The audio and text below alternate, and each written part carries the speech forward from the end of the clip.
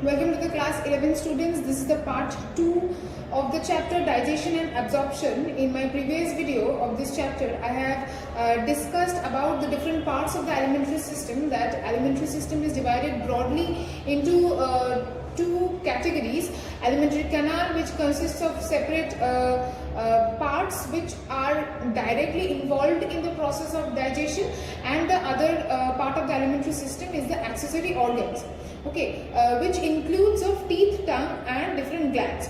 So we will be talking about all of these parts in details, and in my previous video I have talked about the mouth cavity, whose other names are oral cavity and buccal cavity, and then under mouth cavity I have talked about hard palate, soft palate, uvula and the functions of the oral cavity. So today we will be moving on with the second part, which is tongue. Now this tongue is a movable muscular organ inside our oral cavity, and it consists of all the taste buds, but the taste buds are just not there just like that. They are present on inside papillae. The taste buds are present inside the papillae. Now what is papillae? You will find it in your book, the definition of papillae. Yes, the dorsal surface of the tongue is rough. The dorsal surface means the upper surface. Suppose this is just the upper surface of the tongue.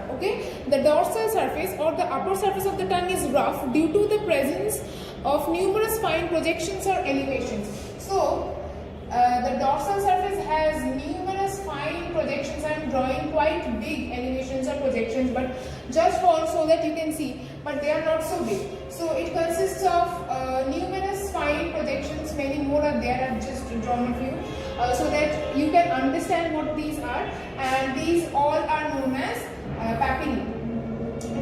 And within these elevations called papillae, you will find the taste buds. The taste buds are what? They help in understanding different tastes of food.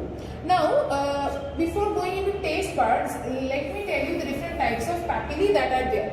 The different types of papillae are circumvallate. Number one is circumvallate,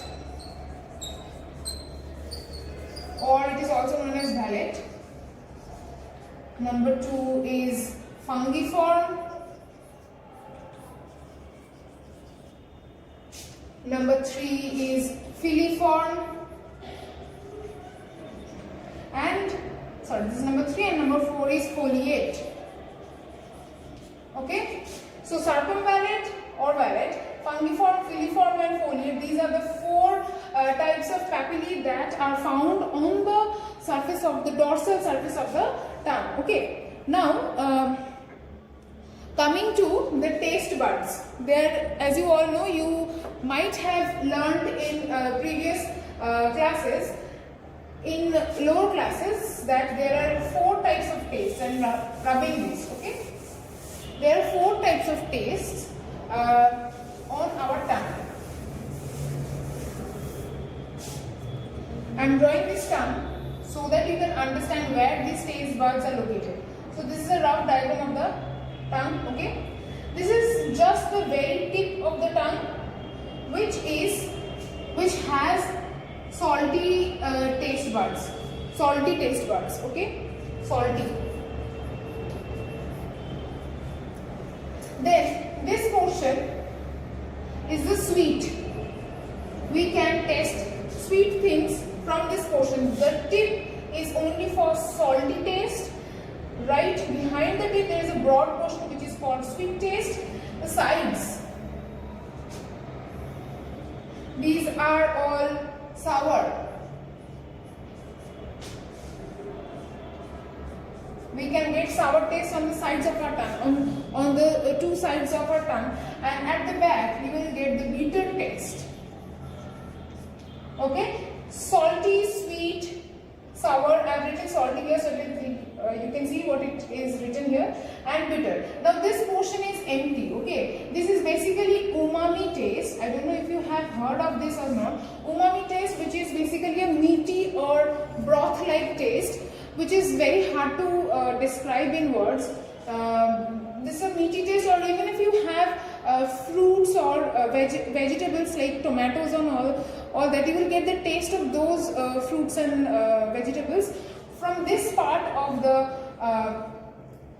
tongue, and also the some meaty taste is also, we can get this from here, and this is known as umami taste. This is not as common as the 4 other tastes, but this is also one of the taste buds, one of the types of tastes, 5 basic types of tastes. Okay, so these are the different, this is basically known as a taste map.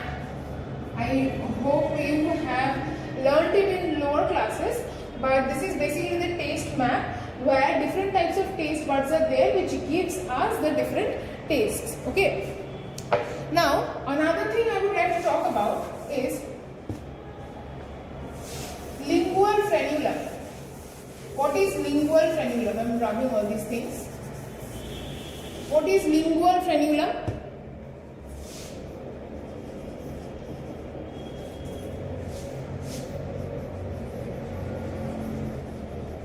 Or is also known as frenulum linguae, L-I-N-G-U-E. Lingual frenulum or frenulum linguae. This is basically the crescentic fold. Crescentic means crescent shape or half shape of moon, which is known as crescentic, C-R-E-S-C-E-N-T-I-C, crescentic fold. Okay, this is a crescentic fold just below the tongue, and this helps in attaching the tongue with the floor of the mouth. So this lingual frenulum, lingual, I think you, from the word lingual, you can understand that it is related to tongue, because the tongue helps us to speak. So lingual comes from language, and language comes from, means we can only speak when we have that, with the help of the tongue.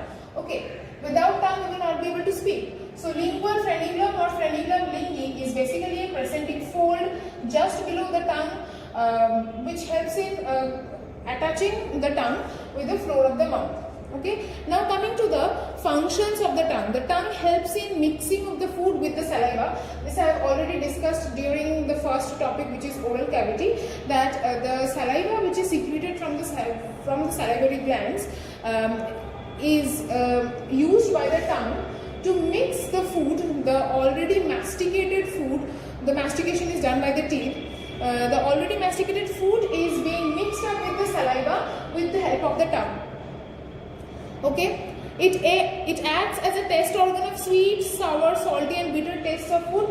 As here also you can see that only 4 tastes are written here, but that umami taste is a lesser known category of taste, which is really hard to properly categorize, and all like sweet and salty, we all know what is sweet taste and what is salty taste. Umami taste is a mixture of many types of tastes. Okay, and it helps to form bolus of masticated food. It propels the food bolus towards the pharynx.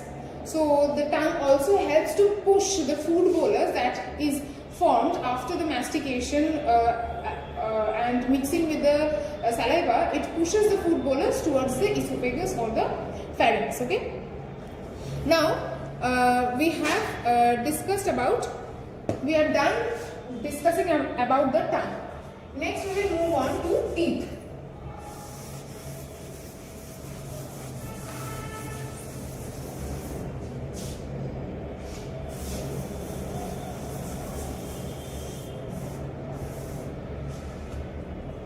Number 3 is teeth. Now we human beings have 32 teeth, right? And I am talking about permanent teeth, not milk teeth. But not all of us has all 32 teeth. Some at the back, 1 or 2 premolars, basically one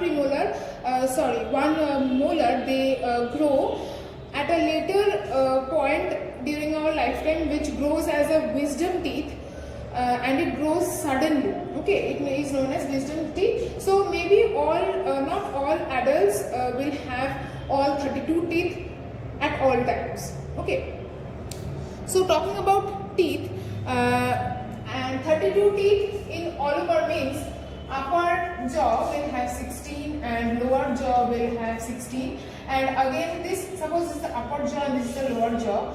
Again if we make half of it, here 8, 8, 8 and 8, that means 16 on the upper half and 16 on the lower half. Okay. Now another thing that I want to tell is, we human beings have different types of teeth. Okay, the front I will discuss about the teeth, but let me tell you about something which is known as heterodont. Two terms are there which is known as heterodont and homodont. The word homo means same and the word hetero means different, right? We human beings have 32 teeth, which all of which are not at all same similar to each other. There are 4 types of teeth: incisor, canine, premolar and molar. So we human beings have heterodont type of teeth, and the animals which have the teeth that all of the teeth are same in shape and size and function and everything same, those are known as homodont teeth. But we human beings have heterodont teeth. Okay. Now moving into the dental formula of human being.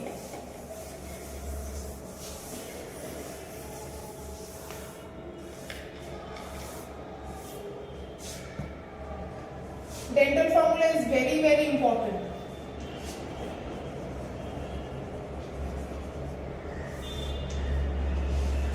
When you are asked to write the dental formula, you will write like this. You will give the heading and you will write the dental formula of human being is I, capital I, equals to 2 by 2. Let me write the formula, then I will describe it.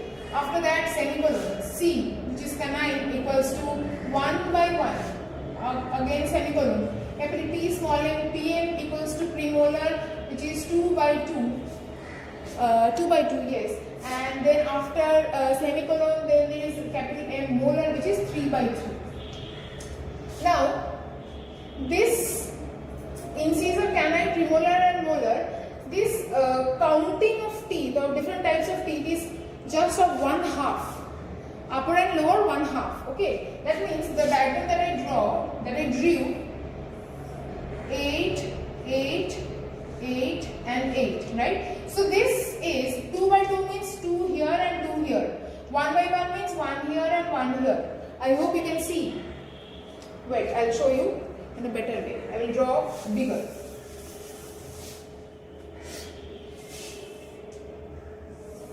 Upper jaw, lower jaw. Half. Okay? Upper half and lower half, it consists of 8. This half consists of 8. Lower jaw consists of 8. This lower jaw, this half consists of 8. Okay? So incisor 2 by 2 means, suppose we are talking about this side. Full dental formula is about this side. Okay? Incisors, 2 incisors, 2 by 2. 2 incisors here. Okay? Then canine 1 by 1. Only 1 canine here. Again premolar 2 by 2. Means 2 premolars here, and lastly molars 3, 3. So 2, 1, 2, 3, 2, 1, 2, 3, and by means this is the upper jaw and this is the lower jaw of 1/2 only. Again 2, 1, 2, 3, 2, 1, 2, 3. Again the same thing will be repeated here. 2, 1, 2, 3, 2, 1, 2, 3. Okay.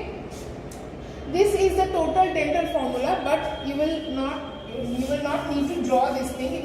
When you are asked to write the dental formula, you will write this whole thing and then you will write where, comma, I equals to incisor, C equals to canine, PM equals to premolar, and capital M equals to molar. These are the things.